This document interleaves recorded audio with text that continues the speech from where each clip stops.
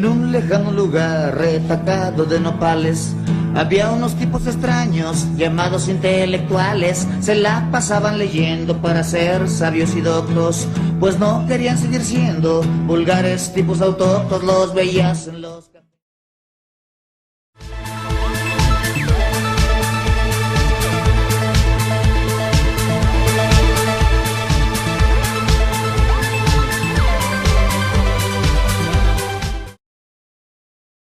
¿Qué nos quieren contar en esta primera vez de los intelectuales? ¿Cómo ha sido sus primeras veces en el ámbito intelectual, en el ámbito académico en el que se desenvuelve? Recordando mi primera vez es el arte. Y bueno, yo tuve una aproximación al arte alguna vez que me llevó mi mamá al Museo de Arte Moderno y recuerdo ver el cuadro de las dos Fridas y me emocionó. Creo que la experiencia de estar en el mundo es una experiencia fundamental para dar clases. Y entonces fuimos caminando, ¿no?, hasta el Zócalo, y en el Zócalo cantamos la Internacional con bandera roja, ¿no? En términos de la universidad, ya fue la primera vez cuando tomé clases en Frankfurt. De ahí había un maestro que era muy importante para mí que se llama Alfred Schmidt, y sí me acuerdo la primera vez que lo vi. Es un señor muy corpulento, era hace año y medio que murió, muy corpulento, así con el pelo muy corto, y no tenía el aspecto de un típico intelectual como uno se imagina en Alemania o en Europa o en el mundo. Sí, más bien venía vestido casi como intendente, como intendente. Entonces él entraba al salón, un salón más grande y todo, y entonces empezaba a mover la mesa, empezaba a subir una cosa, y los maestros todavía están parados con una cosa sobre la mesa. Entonces él, y yo pensaba que es el intendente.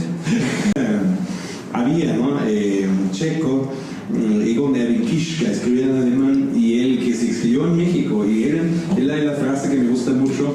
Él dice que no hay nada más excitante que la verdad, encontrar la verdad. Pero en Alemania por lo menos vivimos en el fondo toda la Edad Media, con algunos ajustes. Entonces México, y en general América Latina, creo, es un continente mucho más moderno, mucho más abierto, con todas las desventajas, ¿no? La modernidad no es solo para... Uno en la vida tiene que ser auténtico y sincero, ¿no?, que es uno de los primeros principios, digamos, del ser humano en su accionar.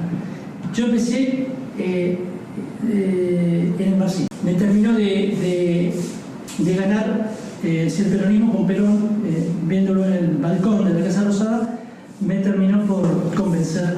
Pero momentos difíciles que nos sirvieron para fortalecer el espíritu y para probarnos, incluso desde el punto de vista del carácter de cada uno. ¿Cómo es que la ética se aplica en nuestra realidad social? En ese sentido, Bob, pues me gustaría preguntarte si nos podrías definir acerca de tu área de estudio, ¿qué entiendes por ética y cómo se relaciona con las nuevas tecnologías y otros medios de comunicación? Sí, pues sí.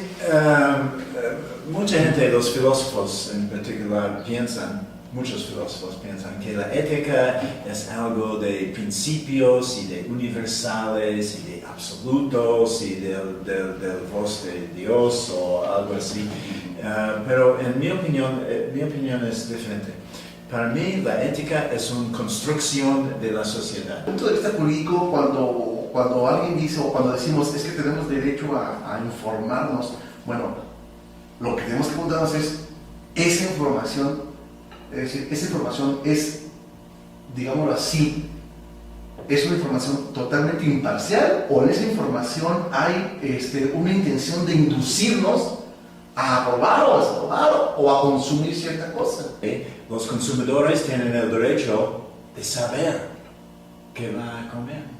Y sin etiquetas en los alimentos, no tenemos el derecho de saber porque no tenemos la información necesaria. Así que reglas, tenemos normas como la Carta de Derechos de Pacientes en el hospital, que dice que los pacientes tienen el derecho de aceptar o rechazar tratamiento. Sí, hay principios, pero son principios en que estamos de acuerdo en una sociedad, y estos principios pueden cambiar de vez en cuando. El hecho de que una persona pueda escoger, pueda decidir, no prolongar su agonía, es una cuestión que le compete únicamente el individuo. Es una relación de la autonomía del autonomía. Las personas tienen la autonomía de vivir o de morir. Después de la duda llega el yo pienso, existo, y se afirma un yo sustancial. En la filosofía hay casos que podríamos pensar tocan problemas de la psicología o del psicoanálisis. Y de lo que se ocupa el psicoanálisis es el inconsciente. O sea, es precisamente de eso que se le escapa a la conciencia, de eso que se le escapa al pensamiento, pero que nos ocurre. Se ocupa del inconsciente el psicoanálisis. Entonces aquí hay 3 puntos claves. No es lo mismo la psicología que el psicoanálisis. Algo importante en el análisis, ni la psiquiatría, claro. Algo importante es la transferencia y el psicoanálisis se ocupa del inconsciente.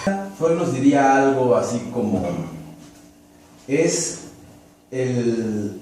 la revivencia de afectos pasados, no de vidas pasadas, eso por favor no se entienda así, no podría ser jamás, sino de, supongamos, la infancia. Hablar de uno mismo es difícil. Nos emborrachamos para confesarnos, ¿no? Otros vamos al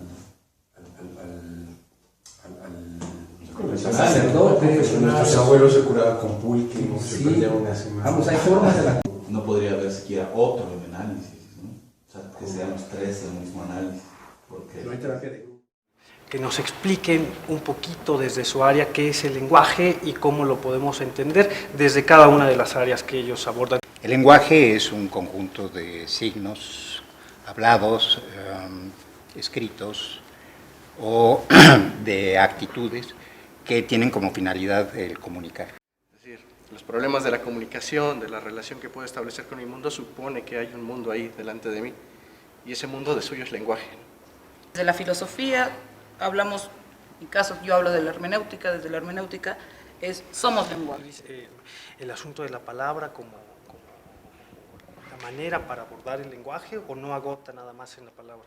El texto literario va a precisamente tratar de enrarecer esa comunicación inicial y llevarla a otro nivel donde signifique cosas distintas a lo que literalmente las palabras dicen. Vamos a hablar de un tema fundamental en nuestros días, que es la educación. ¿Cómo formar mejores ciudadanos? Era un sujeto se para ahí enfrente, habla y tú repites si tienes que pasar tu examen con altas notas, ¿no? No importa si entendiste, si comprendiste, se mantiene, ¿no? Y la educación tal como se había pensado no ha generado las soluciones que supone. El problema de la educación que estamos viviendo todos a nivel mundial no está en la universidad ni tampoco está en la escuela, está en la familia, ¿verdad? A nivel mundial estamos llegando ya a los focos rojos de una depredación que el capitalismo está haciendo, no nada más respecto del petróleo, no nada más respecto de los minerales o de los recursos naturales en general, sino de los recursos humanos. En su destrucción, en su explotación de los recursos humanos, el capitalismo ha llegado a una fase en la que está destruyendo. El problema es eso, si la educación está respondiendo a los intereses del capital y a ser sujetos cada vez más impolíticos o apolíticos, ¿no? Preocupados. Precisamente a la ONU, ¿no? Y a la UNESCO, cuando dice educar es educarse. Estudiaste filosofía y letras, pues prepárate una sopita de letras y sirven un platón. Yo salgo a la calle y me pongo a navegar en internet. La ideología no me deja en paz, no me deja un minuto en paz.